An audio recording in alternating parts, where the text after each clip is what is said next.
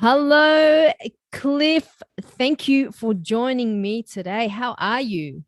I'm good, Sally. Thanks for having me on. All the way from where are you?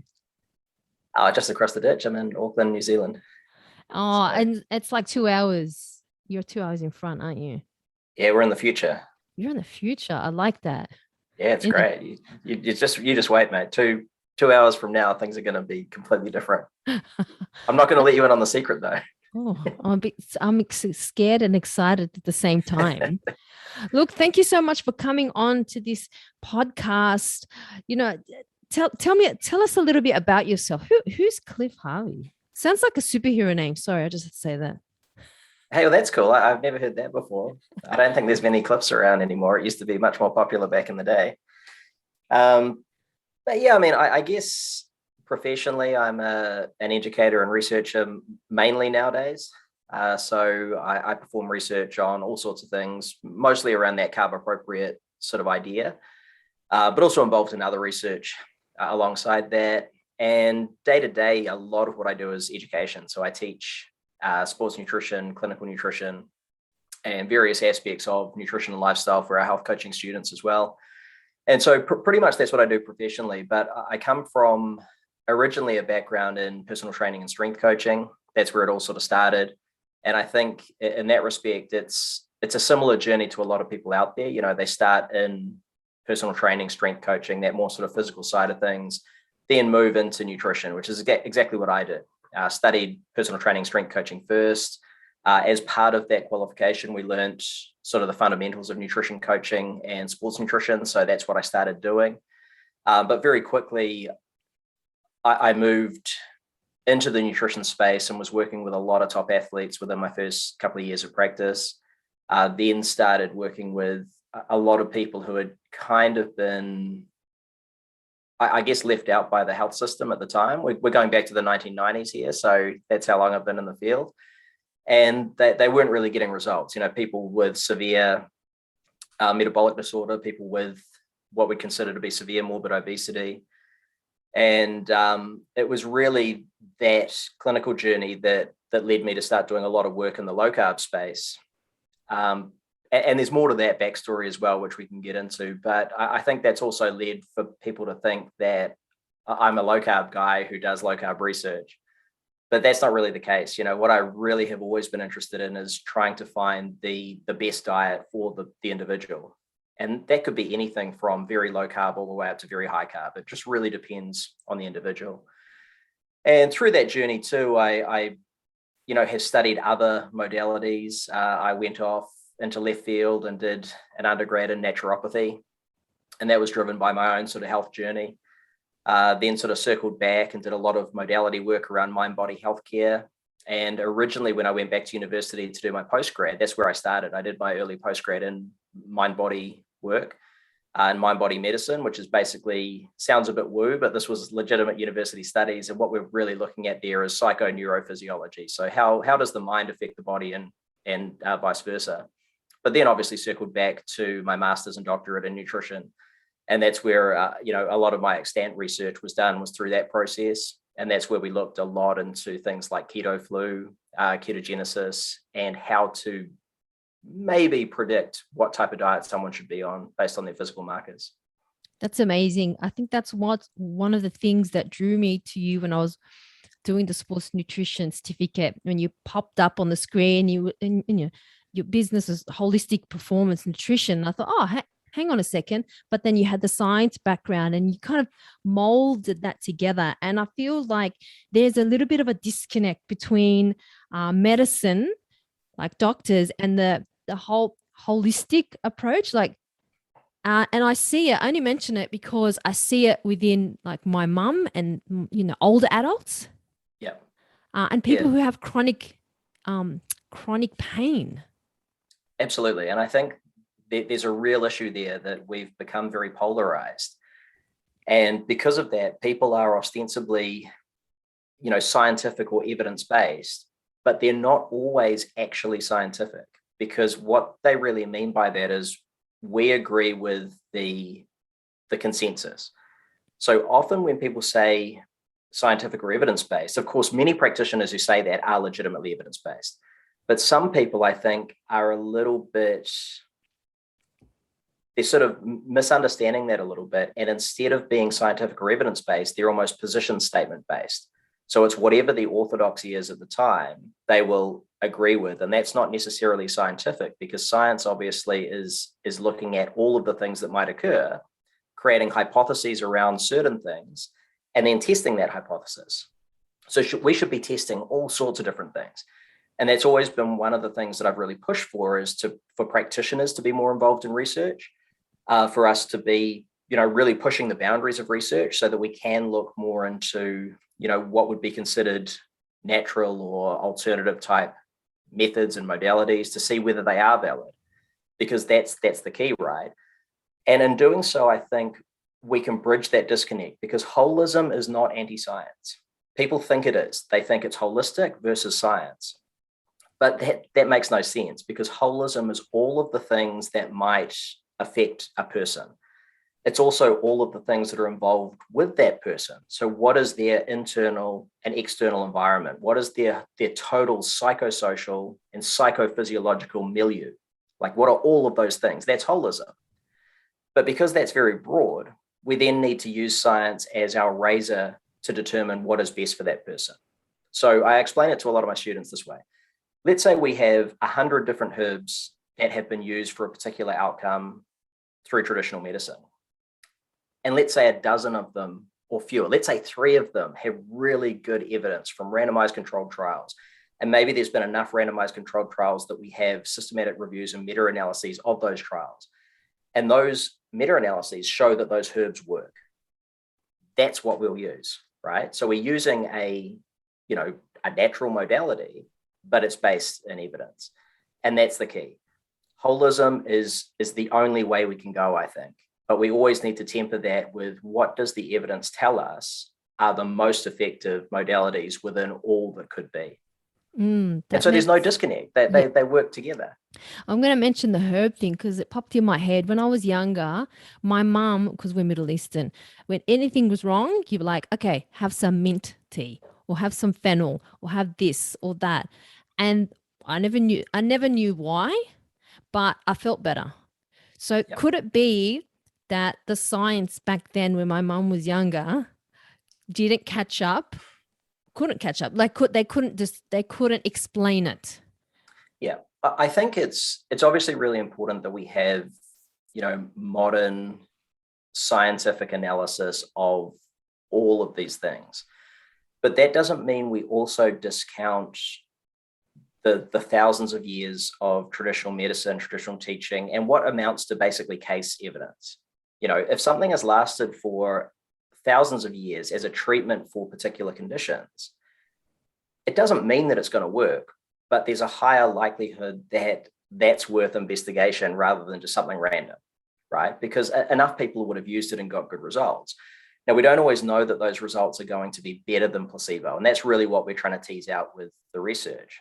But yeah, I think we need to consider all of the elements of evidence, whether that be from traditional medicine, whether that be from case studies, and anecdotes are to some degree case studies. We need to obviously look at observational research, but then obviously the strongest evidence is from randomized controlled trials. And so that's where the rubber really hits the road. So, I mean, I'm a big fan of herbal medicine. I'm also a big fan of just herbs in general, because we often forget that herbs are incredibly nutrient dense foods. They have a lot of properties that are well researched now. And because they're so common, a lot of times we don't really think about them. They're not super sexy, right? But if we're talking about nootropics, for example, there's decent evidence that sage is a really good nootropic.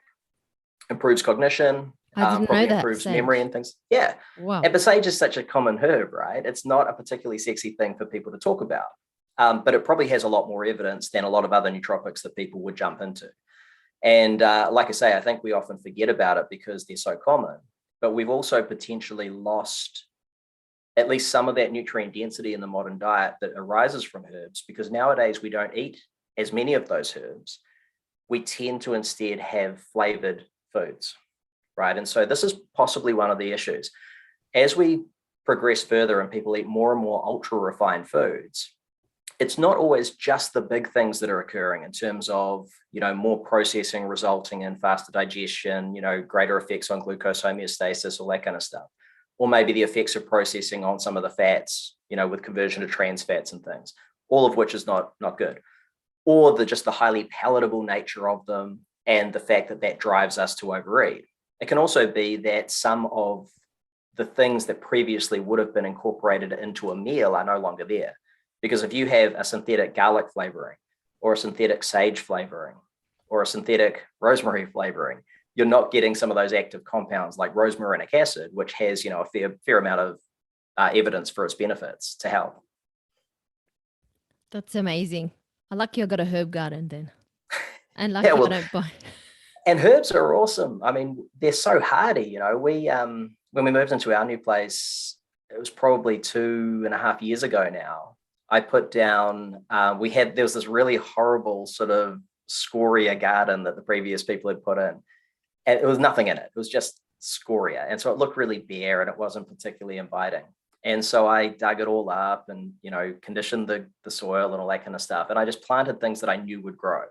One of the big problems, I think, with the way we garden for food is that we're trying to lever foods into micro ecosystems that don't really work. Right. And so I put in really hard because it's really sunny. The drainage wasn't that great, all that kind of stuff. So I improved the drainage, but I knew that it still wasn't going to be the best soil, but I put in really hardy herbs. So I put in sage and rosemary and, thyme and things like that. And they've gone crazy. And we can't eat all of the herbs that we produce. No way. Nowhere Do near. you dry them? Sometimes, yeah. Yeah, I dried my mint. I've just got a whole jar of mint. Yeah. I mean, sage has got such a beautiful smell when you're drying it too. But, we've got so much. We grow so much rosemary and stuff like that I'll often just prune it back and we'll burn it over the summer. Put it in the barbecue. If we're doing some barbecuing or smoking, we might, chuck some dried herbs in there because it's really woody, but, you get that beautiful flavor coming through the meat. So, yeah. Yeah. And people are going to be saving money. Like, bro, do you know how expensive rosemary is in the shops? Like, I walked past the other day and it was like, I've got a whole massive bush of it, huge. And there was like one twig for like $4. Yeah. So that's your financial health, as well. And it saves you effort too, because previously with, what was there before, if weeds got into it, it was a bit of a nightmare. But because the herbs just go so crazy, and they grow so well, it takes away all that maintenance. So not only does it fill space, look great, beautiful flowers, smells fantastic. We've also got all those herbs and it makes our lives easier. But on the topic of weeds, weeds are also an often neglected food source. Now, I remember when I was a kid, we'd go up to my grandma's place up north and she'd often, maybe she didn't have enough food in the house or whatever. So she'd whip out to the garden and she'd get some veggies out of the garden, but she'd also grab some nasturtium and some, some coltsfoot, hawksbit, dandelion, whatever it happens to be, a whole bunch of weeds that were there because they're all edible too. And they're incredibly nutrient dense. And I remember years back, I was living with some people and we lived right on the sea, right? So it was pretty dire for trying to grow vegetables. The sea would literally wash up into the garden at times if there was a storm. And so it would kill everything.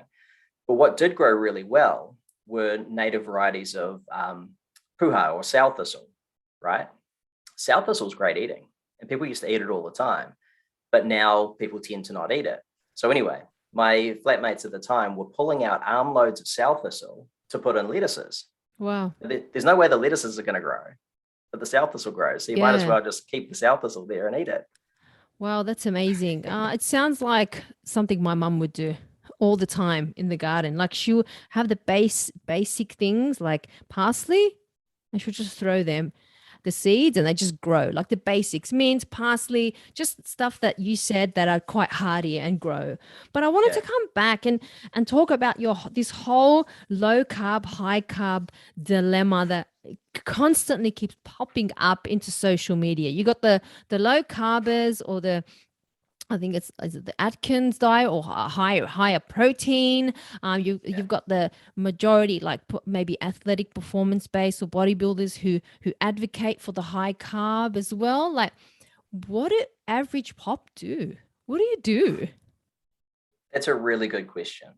And I think in the first instance, people need to almost stop worrying about, high carb, low carb, and following diets, right? Because everyone wants to find the perfect diet. But the reality is, number one, there's not really a perfect diet because we have some pretty strong indications that certain markers might mean that someone does better on, let's say, a low carb or high carb diet.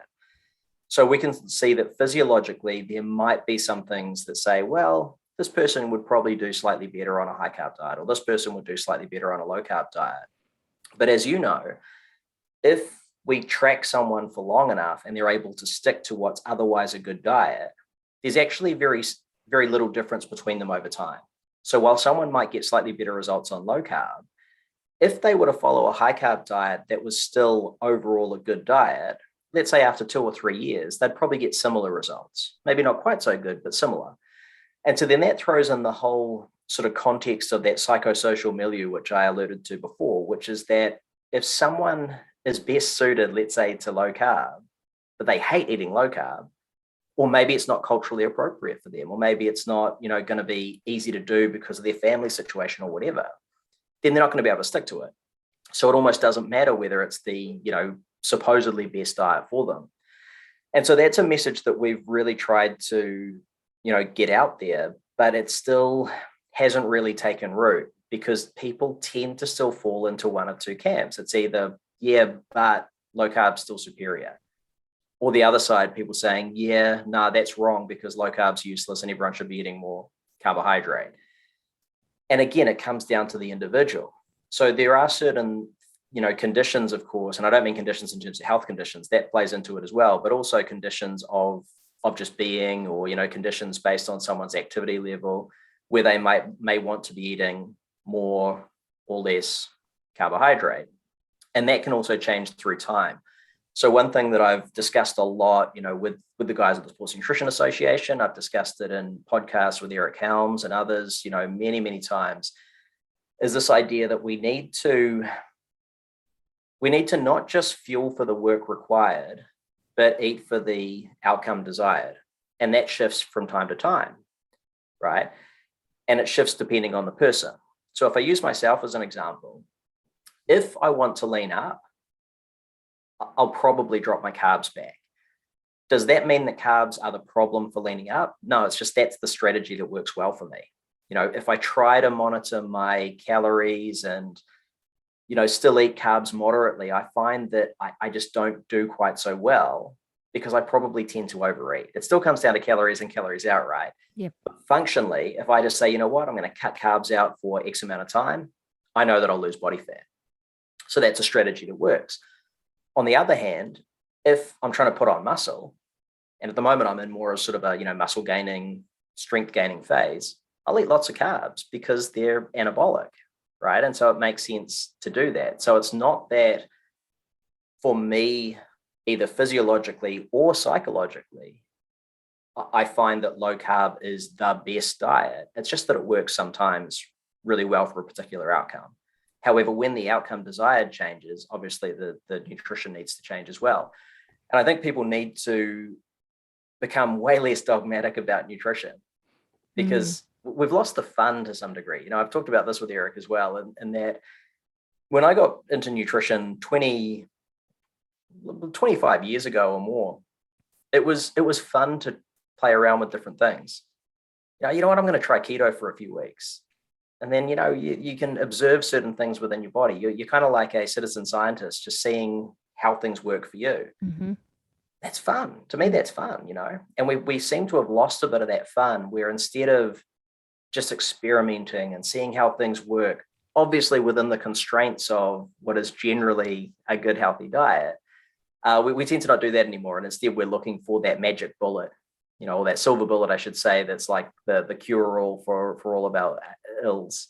Yeah, and it's interesting that you say that back then they used to trial and figure things out. But it's like you're not allowed to try things now, because it's like if you post anything, if you speak to someone about, hey, I'm trying this, it's like, oh, I read on here that it's really bad for your kidneys.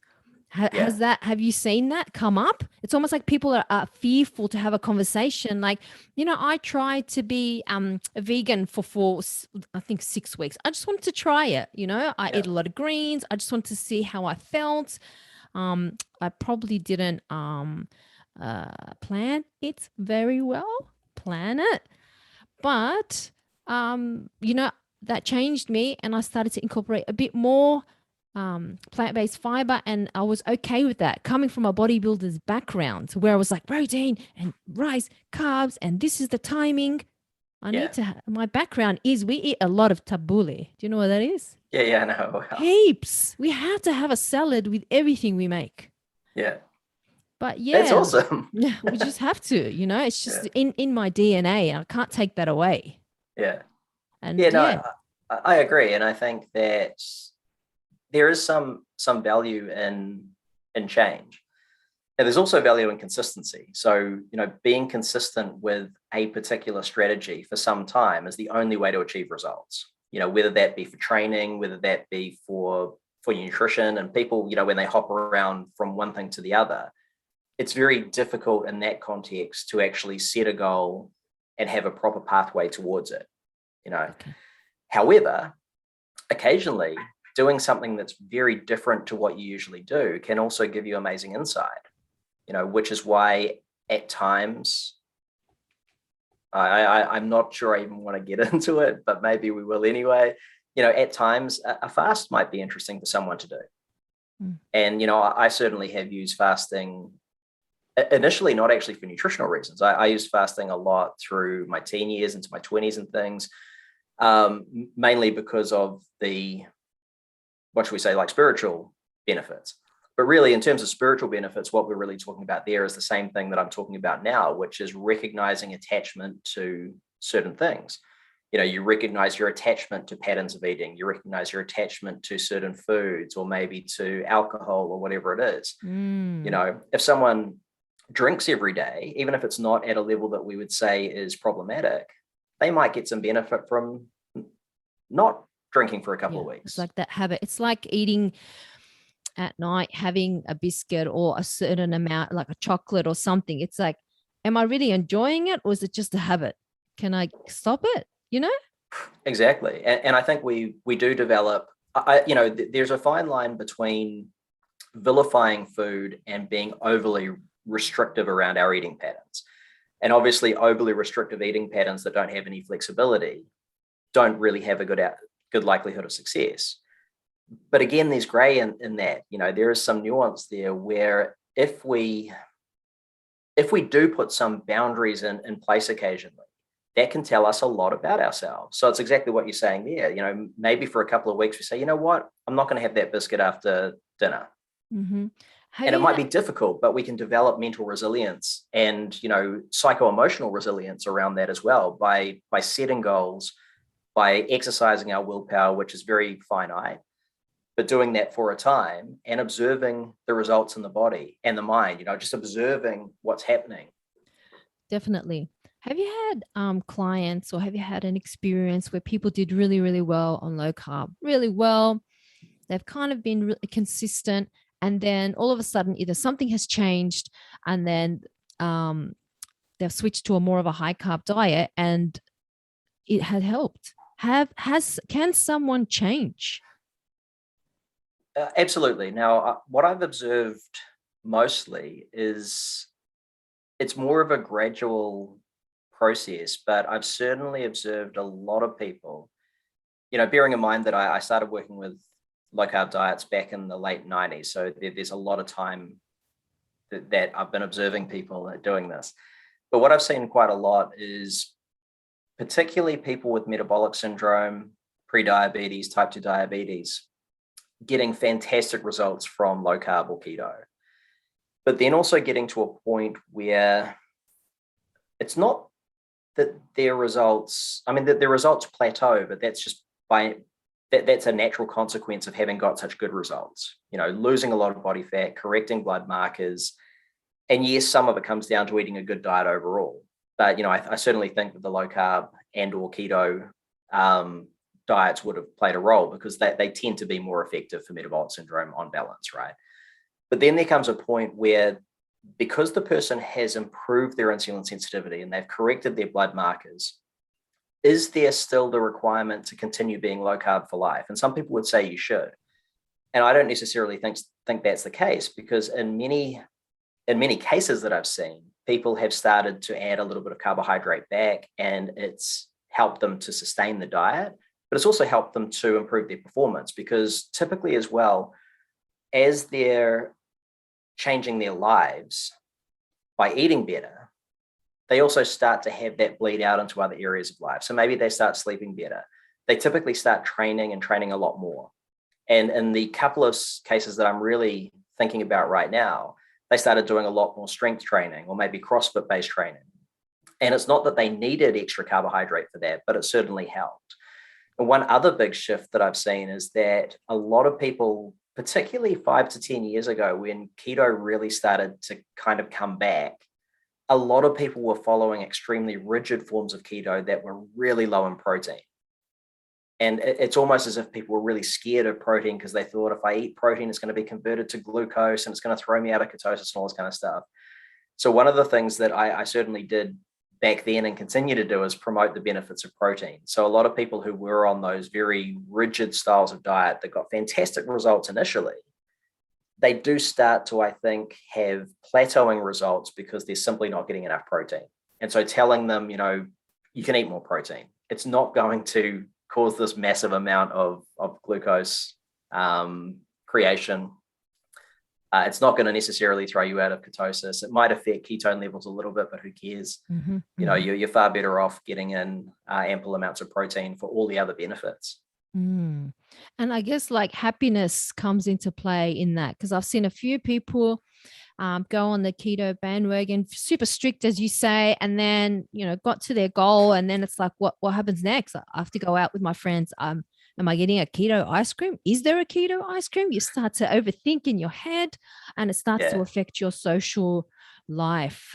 How do you almost like coach someone who has got so much good results from that, and that it's almost they have to come into mainstream people life, and be okay with eating ice cream again, because they would just say they were so big before, and it's almost like a shift in mindset and a personality change as well. Yeah, well, I think in that instance, we really do need to consider the individual, because there's a couple of things that come to mind. Number one, I think we definitely need to have freedom within structure.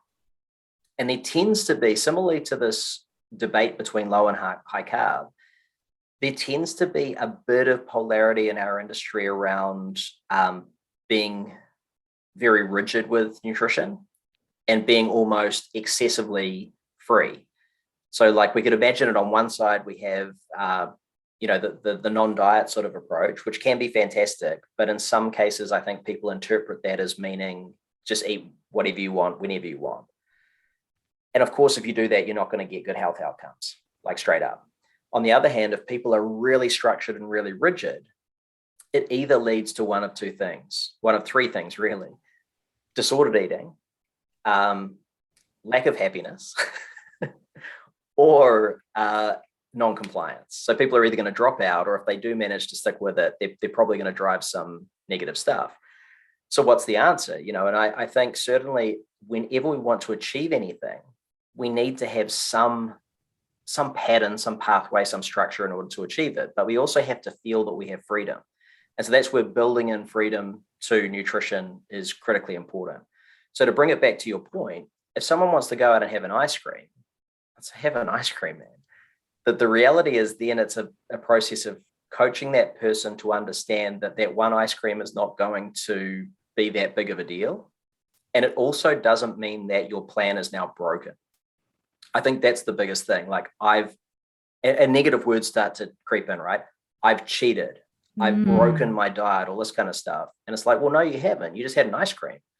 It doesn't mean that tomorrow you can't wake up and have that breakfast that you have every other day, which is really conducive to your health. The other thing to consider is that behaviorally people are quite different. And there's been a little bit of research on this, but I don't think enough. And we alluded to it in one of our papers. We did a qualitative paper on the lived experience of a ketogenic diet. And one thing that we explored within that paper was the idea that there were abstainers and moderators. So after a trial that we performed on ketogenic diet, most people actually enjoyed the process.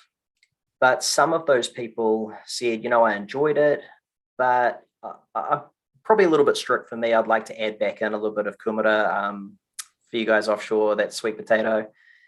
I'd like to add maybe back in a little bit of rice or pasta here and there or whatever. And I think I'll do fine on that. On the other hand, you had people who said, I enjoyed it and it was really freeing for me because typically the way I eat, I just can't stop eating carbs. So if I have a little bit, I can't stop myself from having more. And so there was quite a big behavioral separation between those two groups. Some people did way better with an abstention type approach, whereas others would do way better with a moderation approach.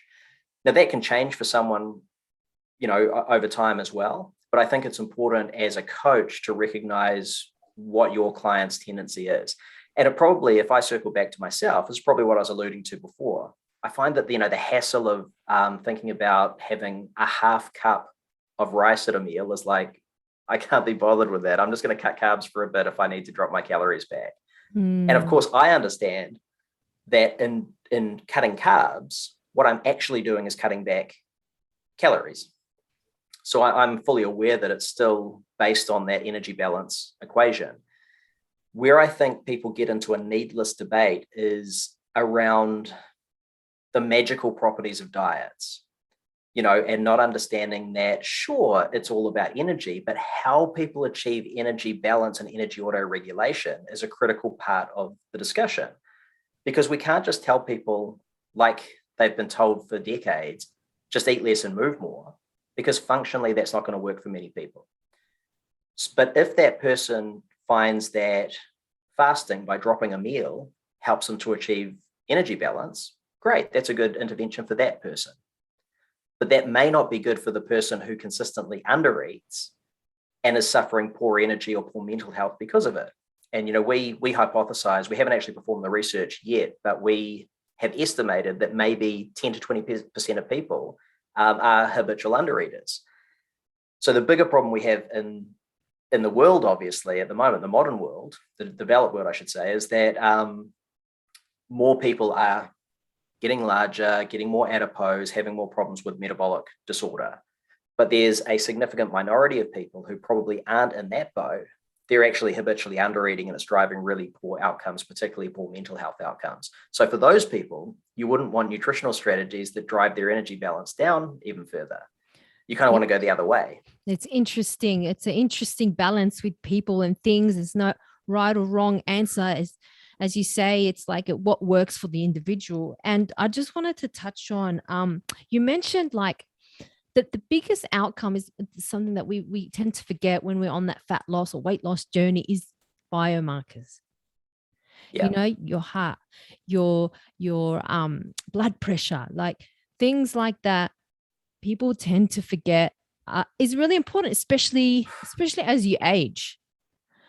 Yeah. What is the biggest thing that you're seeing now through your studies and research that is stopping people from improving that? Good question. And why aren't we getting a good blood pressure result? Why? Like we're modern times, we're so smart. People don't even need me as a trainer. They can just go to Google and they just things will just populate. Well, I think it's because we're trying to pin things on one or two simple interventions. And I think that's the problem. When we're talking about something like blood pressure, if you go to your doctor and you've got high blood pressure, they're going to tell you to reduce your sodium intake, right? And I know that there's a lot of debate around that, but I would say that it's probably a very inefficient way to approach it, because even with drastic reductions in sodium, we don't really shift blood pressure all that much. Now, again, I know that some people listening to this are going to dispute that, but that's what I see in the research from my reading of it.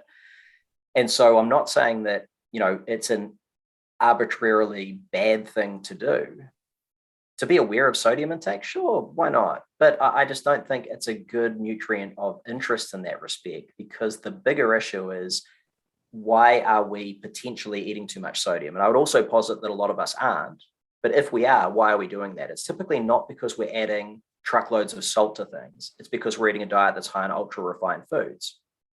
So what are the other issues there? Well, poor glucose homeostasis and high blood sugar levels are absolutely a cofactor for blood pressure as well. And we typically see correction of blood pressure through better dietary interventions overall, not even talking about reducing sodium. And so we need to take a step back and say, well, what are we really looking at here? Do we need to pin this down to one or two nutrients, or do we need to take a step back and look at our entire food environment? And if we're doing that, why not take a step back and look at our entire food and lifestyle environment? Because stress is also a big driver of blood pressure. And there are also other cofactors for blood pressure that have previously been unrecognized, like maybe interplay with sleep, which obviously interplays with stress. It's all bidirectional. And things like the microbiome, which also interplays with sleep and with stress, and obviously our activity, movement, strength training. And so we need to really start to say then, well, we need to be focusing on a better way of living rather than just trying to isolate on particular markers and symptomatic treatments for those markers. And then that's when we start to ask the really big questions, which are things like, well, why do we live the way we do? And I would posit that there's way more going on there than, people are even prepared to discuss. Why are we suffering rapidly increasing rates of poor mental health, whether it be depression, anxiety, all that kind of stuff? I'd say it's because it's the world we're living in at the moment. We have negative media exposure. We spend too much time in front of screens. We don't spend enough time outside. But even more than that, fundamentally, we've forgotten a lot of the things that I think are key to human existence, like egalitarianism and kindness and compassion and generosity. If we start to really approach those things in a holistic way, again, it's backed by evidence, right? But we're looking at the person in a very holistic way. I think we start to come to some very stark conclusions about how we're living. And there's a real imperative there to start living in a different way and, treating one another better. And, maybe not being so focused on the rubbish that we're typically focused on, consumerism, materialism and stuff. So I definitely went down the rabbit hole there, but I hope that's cool. You did, but it makes sense. Sometimes it sounds a bit airy-fairy, if you want to call it, or hippie, but in its essence, we don't just live to eat and lose weight. No. We've got, and we also don't live to simply accumulate more stuff.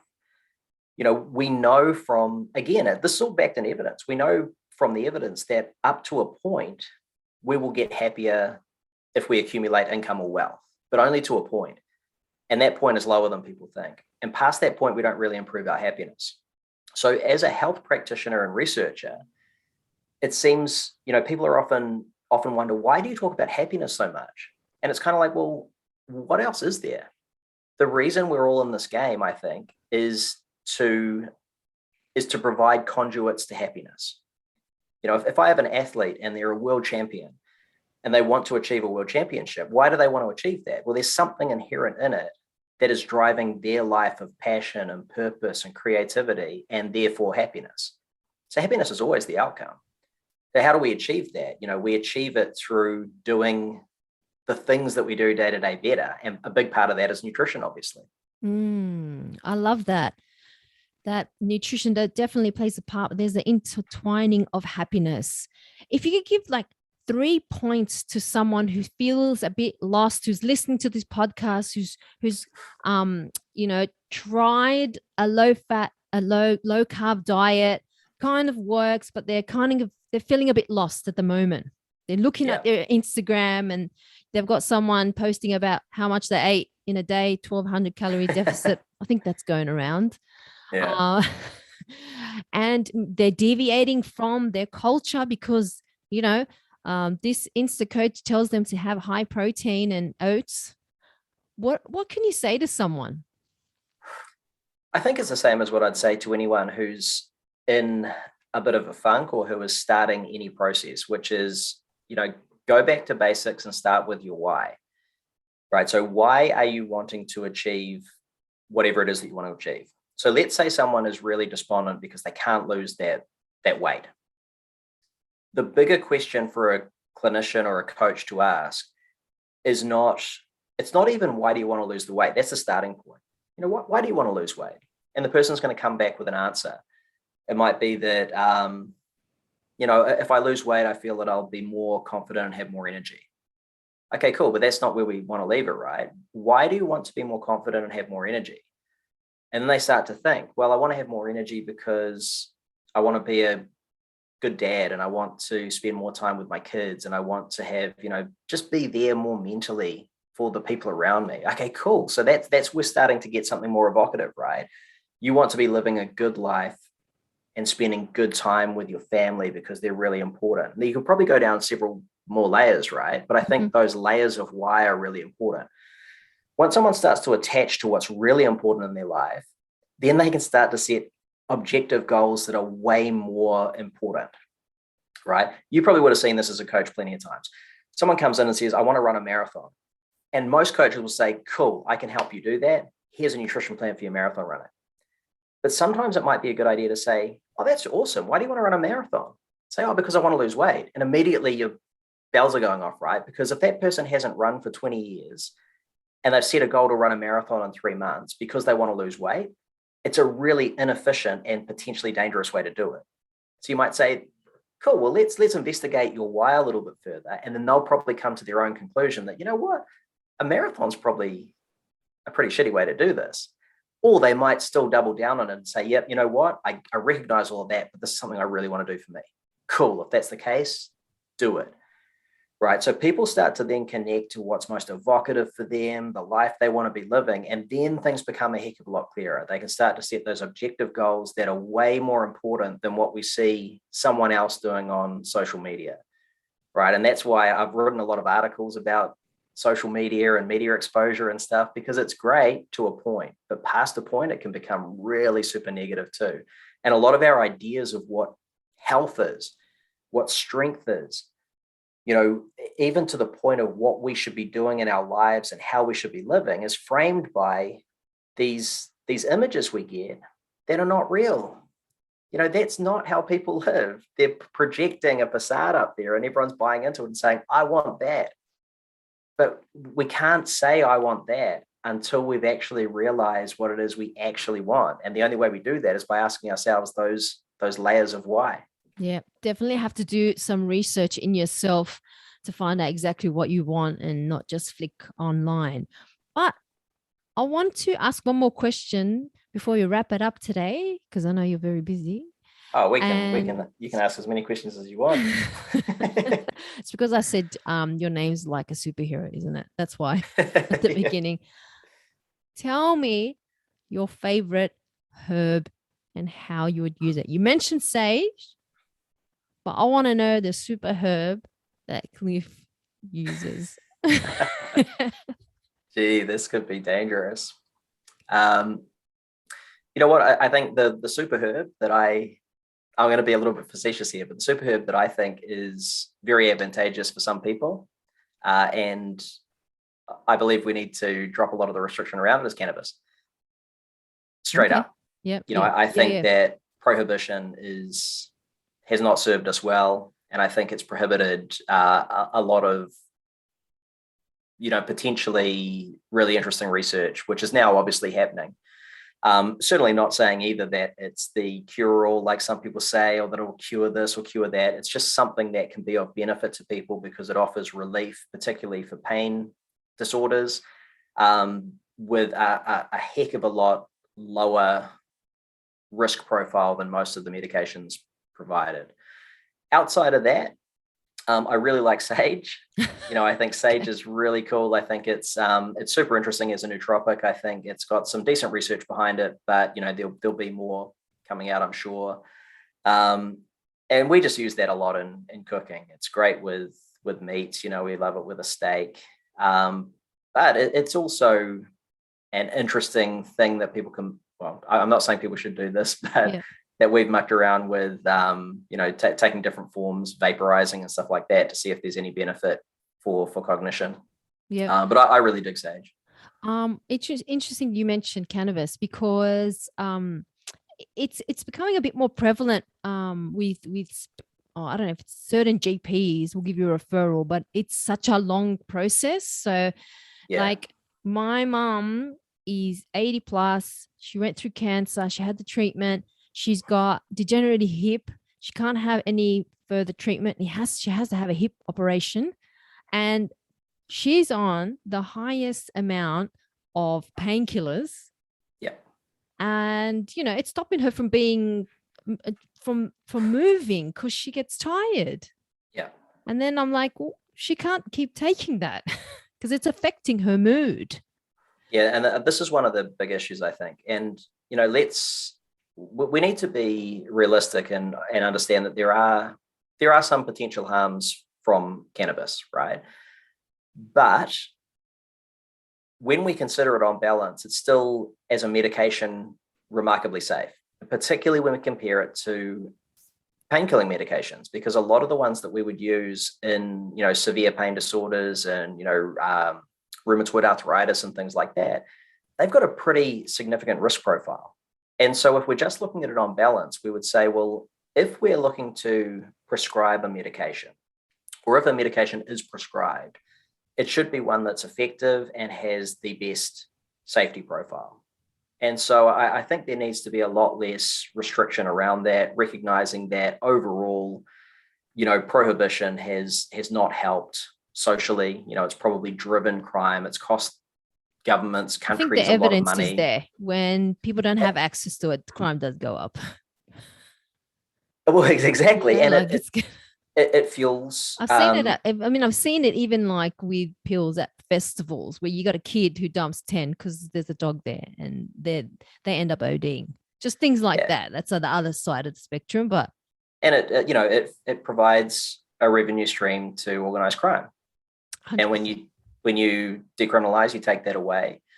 I think one of the things though that people need to start to understand is that there's a bit of a perception that if people take a psychoactive drug, let's call it a drug, but a psychoactive plant or a psychoactive fungus, that they're going to take that in a dose that is going to completely wipe them out, right? You're just going to be really high, or you're going to, you know, be tripping balls off some mushrooms or whatever. Which might be the case, and that's completely fine if that's done in a completely safe environment and you know what the outcome's going to be and all that kind of stuff. I've got no problem with that. However, what people don't often think about is the dose effect. And I know from, you know, working with a lot of cancer patients, working with a lot of people with severe autoimmune conditions and rheumatoid arthritis and various other pain disorders, that a lot of the people who are taking cannabis for, say, pain relief or for reducing anxiety, things like that, they're microdosing it. We don't talk about microdosing cannabis, but that's certainly something that people out there are doing in the field, and it seems to be incredibly effective. Now, if that's the case and someone's been, well, I know from experience because I was prescribed meloxicam because I have a type of autoimmune arthritis that is sort of a comorbid with my Crohn's disease. And I handle that stuff really well, right? I'm pretty much asymptomatic most of the time, but there have been times where I've had really severe and debilitating joint pain. And so I went to my doc, talked about it, and I was prescribed meloxicam. Now that's a very hard-hitting painkiller, and it's got a very significant risk profile. It's pretty hepatotoxic. I don't really want to be taking that, right?